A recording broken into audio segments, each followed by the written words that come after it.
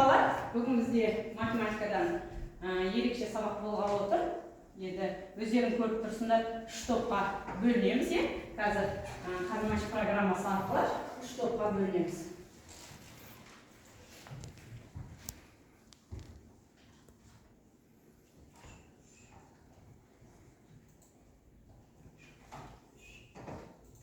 Ерман, Әлинұр, Мира, Айала, Айсада, Амира 2-ші топ, Ерсұлтан, Нұрсұлтан, Мадина, Айша, Аяла, Нұрмұхамед 3-ші топ. Орындарды келе қалдар осы бойынша.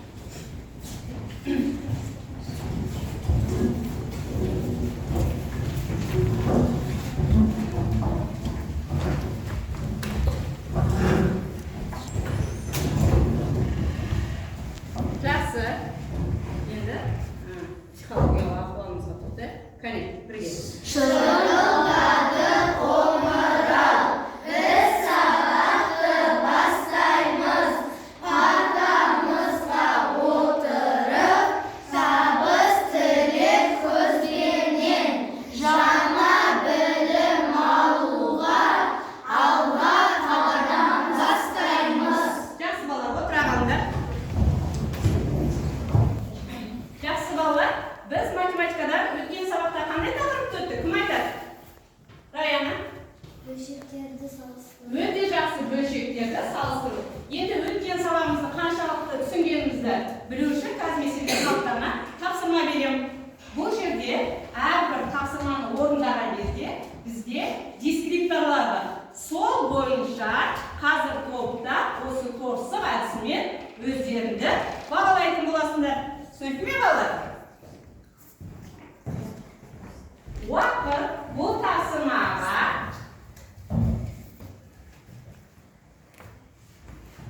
50 секундта уақыт береді. Барлығымызға белгілі. Бастаңдар деген кезде бірдей бастаймыз, тоқтаңдар деген кезде тоқтаймыз.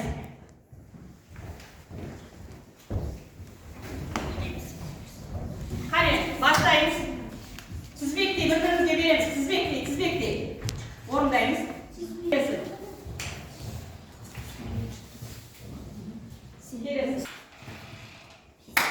Келесі. Тоқтаймыз.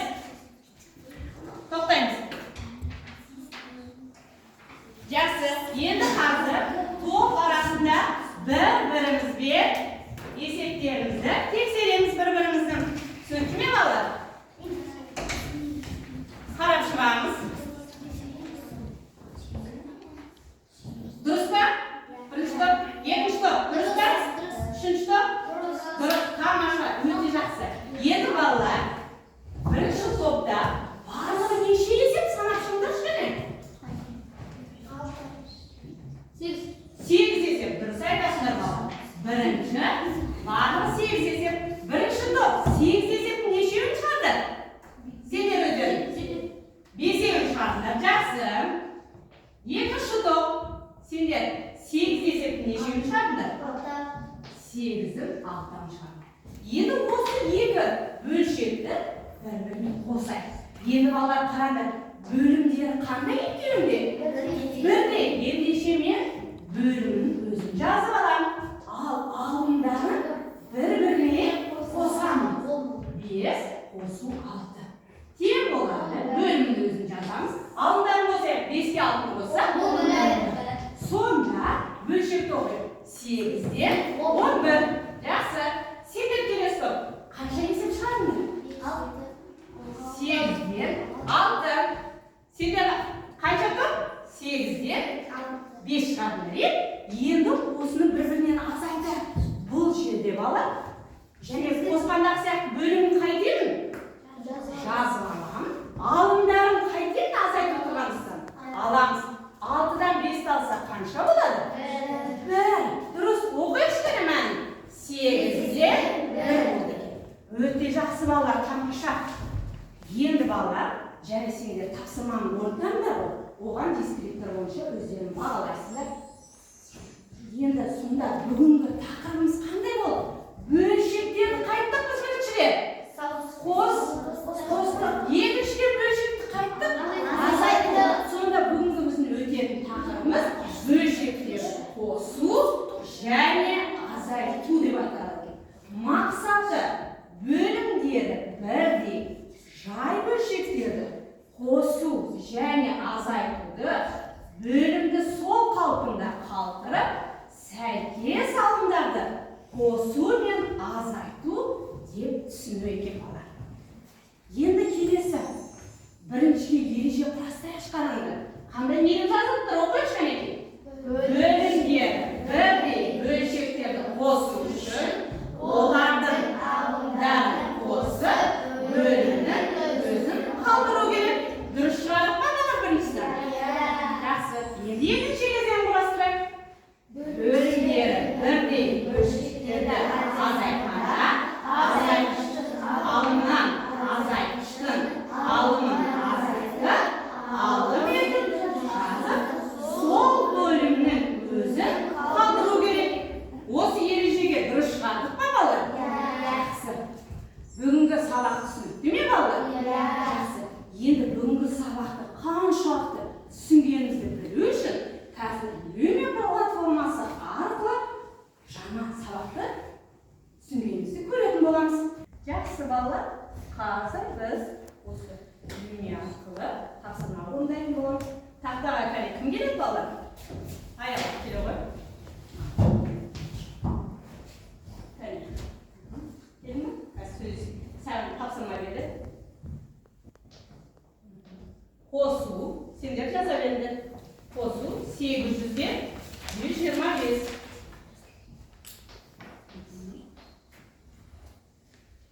Бөлімдері қандай екен деді? Ендеше қайтеміз бөлім? Бөлім жаза. Иә, дұрыс. Алымын қайтеміз? Жақсы.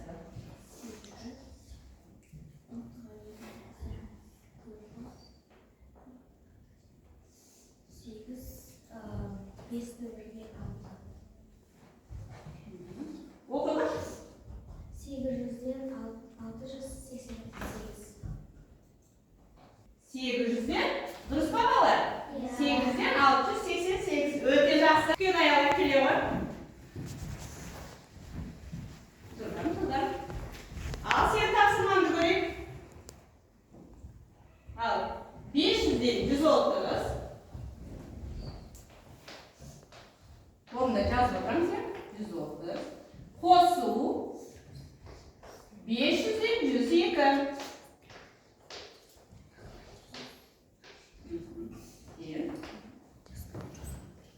Bölümü kaydediyoruz. Bölümün жазып аламыз.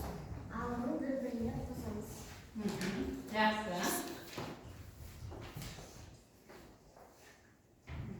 Мәнін оқылыш? Жауабы 500-ден 232.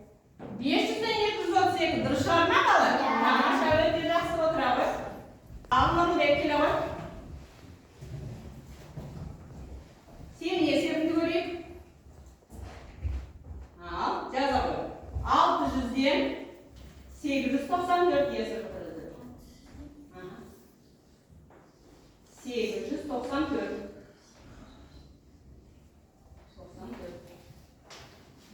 Azaytу.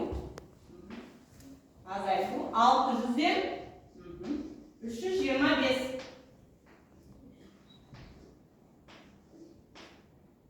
Bölümdері қандай? Ендеше не істейміз бөлімдер? Жазып. Алымдарды бір-біріне қайтеміз.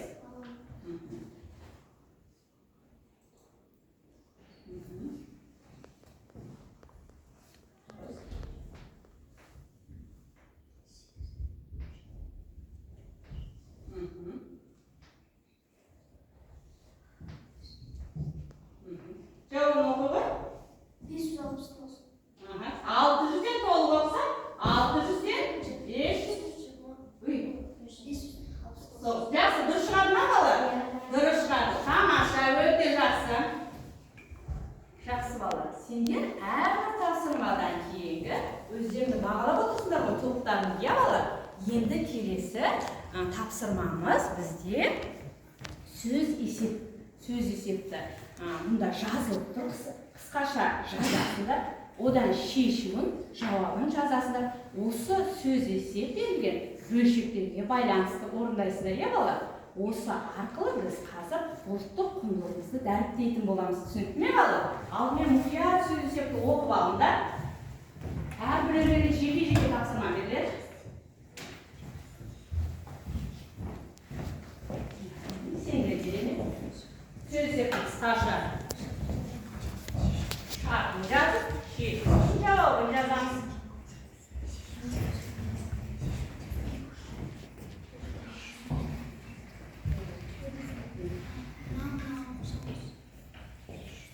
şartını yazıp aldınız.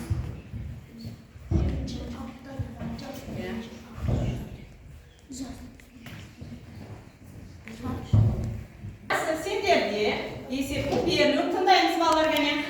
Turist 3 günde 65'ten 29 жолдың bölігін өтті. Бірінші күні ол жолдың 65-тен 16 бөлігін өтті. Екінші күні 65-тен 4 бөлігін өтті. Турист үшінші күні жолдың қанша бөлігін өткендігі. Алған етейін, бірінші есептің шартын қысқаша қалай жаздыңыз? Бірінші күні қанша? Бірінші күні 65-тен 16. Екінші күні? Екінші күні 65-тен 4. Үшінші күні белгілі ме? Белгісіз. Сол үшінші күнді табу керекпіз, е? Онда не істедің сен? Біз бірінші қостық, екіншісінде азайттық. Жақсы. Сонда мәні үшінші күні турист қанша бөлігін өтіпті жолдың? Үшінші күні 65-тен 9. Дұрыс айтты ма балалар? Өте жақсы. Енді кәне есептің бер қарсы қарап ой. Шартын дұрыс жазыпсың.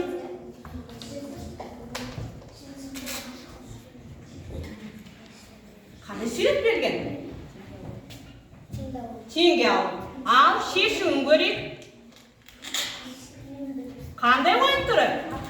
Арқан тартыс, дұрыс айтасыңдар. Келесі жауабында дұрыс орындадың? Асық ойын, не? Дұрыс айтасыңдар. Бұлардың барлығы не? Ұлттық ойындар, кәне. Есептің берілгені бізде дұрыс бекен. Ұлттық ойындар дұрыс тапты ма балалар? Өте жақсы. Екінші топтікі ұлттық аспаптар болды. Үшінші топтікі ұлттық тағамдар болды. Өте жақсы балалар, отыраған. Ал жақсы балалар, шашып қалған шығармыз. Енді қазір сергіту сәтін жасайық. Көз, шаш, мула, ауыз, алды балалар.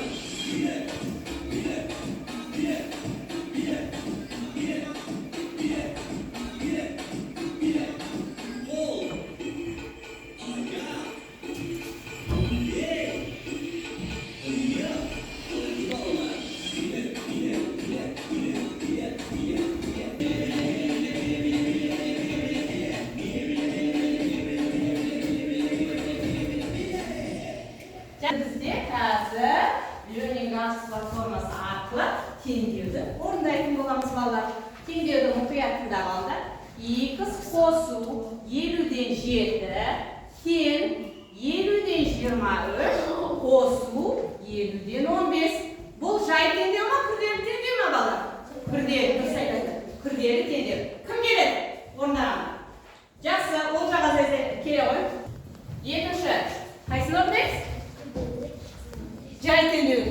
Бірінші не істейміз, Айзере? Дұрыс, яғни 2 қосу. Мынаны апарамыз, е дұрыс? Ол жауап. Жақсы, ал оқи ғой енді. Оқи ғой, неден жауап тұр? Дұрыс, яғни біз екінші жағындағы күрделі теңдеуді жай теңдеуге айналдырып алдық. Келесі, қайсы орындалар? Жай теңдеуге айналдырдық. Енді не істейміз? Енді қосу Теңдік нар жағына? теңдік нар жағына азайту. Яғни қайсы? Көрсеті ғой. Дұрыс, Мейіржан. Жақсы, отыра ғой. Келесі кім келеді? Келесі не істейміз? Егізден 30. Дұрыс, жақсы. Жақсы, отыра ғой. Келесі кім келеді? Түкен аялар келе ғой. Енді не істейміз? X мән берген, енді не істейміз? Енді X-ні орнына осы санды қоямыз. Дұрыс, 50-ден 31-ді орнына апарып қоямыз. Жақсы. Енді келесі ең соңғы теңдеудің дұрыстығын тексерсек, Амира келе ғой. Қайсы қалды бізде енді? Әрине. Дұрыс, екеуін қосқандағы мәні тең болу керек не балалар? Жақсы. Ал енді дұрысшыларымызға тексеріп көрейік кәнекей. Тамаша дейді. Дискриптор бөлшекпен берілген теңдеудің түбірін табады. Бір балға қоржынымызды жылыстамыз, қорсығымызды. Әрбір топқа тапсырма береді. Бұл топ бізге периметр мен ауданын табады. Екінші топ сызбадан ұлттық ойын түрлерін тауып, қайсының бөлшек түріне айналдырады, мәнін табады. Үшінші топ бөлшектердің мәнін есептеп, заңдылықты тауып, келесі екі бөлшекті жазатын болады. Барымыз бірге. Сендер тек қана ұлттық ойындарды машқа жазады.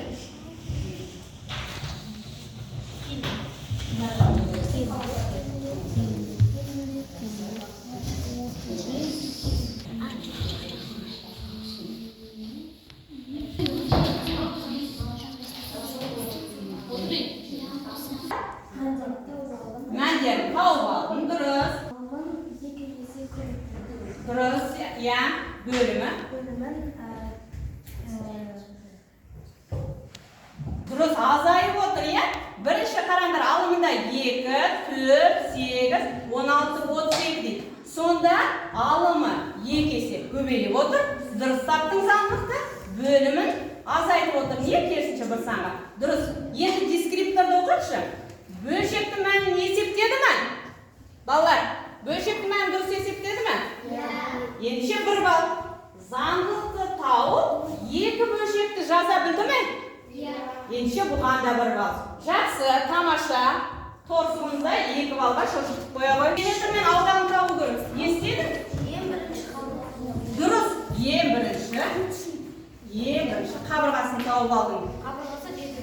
Дұрыс. Не істедің? 35-тің Бөлдім 5-ке. бөлдім 5-ке. Дұрыс айтасың, тамаша. Сонда қабырғасы қаншаға метрге тең? 7 метр. Енді периметрін қаншаға тең болды? Периметр 84 метр. Ауданымыз? Ауданымыз 245 метр квадрат. Өте жақсы, тамаша. Балалар, енді бүгінгі сабақта қаншалықты дұрыс меңгергендерді көру үшін, яғни қорытынды сабақ бізде қазір оқу арқылы біз тапсырманы орындайтын боламыз. Жақсы, бірінші тапсырмаға Амира келе ғой. Қосуды орындай ғой, мәнін таба ғой. Қайсысы? 7-ден 6. 7-ден 6. Дұрыс, тамаша. Келесі. Қанша?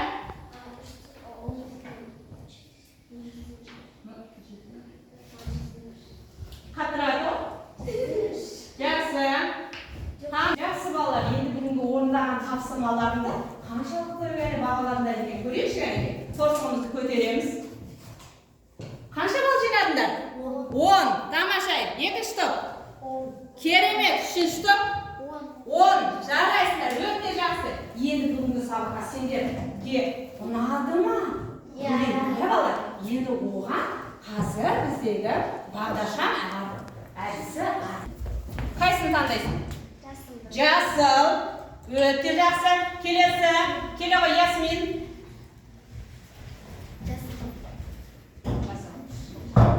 Жақсы. Мержан келе ғой. Қайсы сабағын ұнады ма саған? Және қайсысын белгілейсің? Жасыл, е? Жақсы, тамаша. Нұрмұхамед келе ғой. Жылдан. Қайсыны? Жақсы, Әлинұр келе ғой.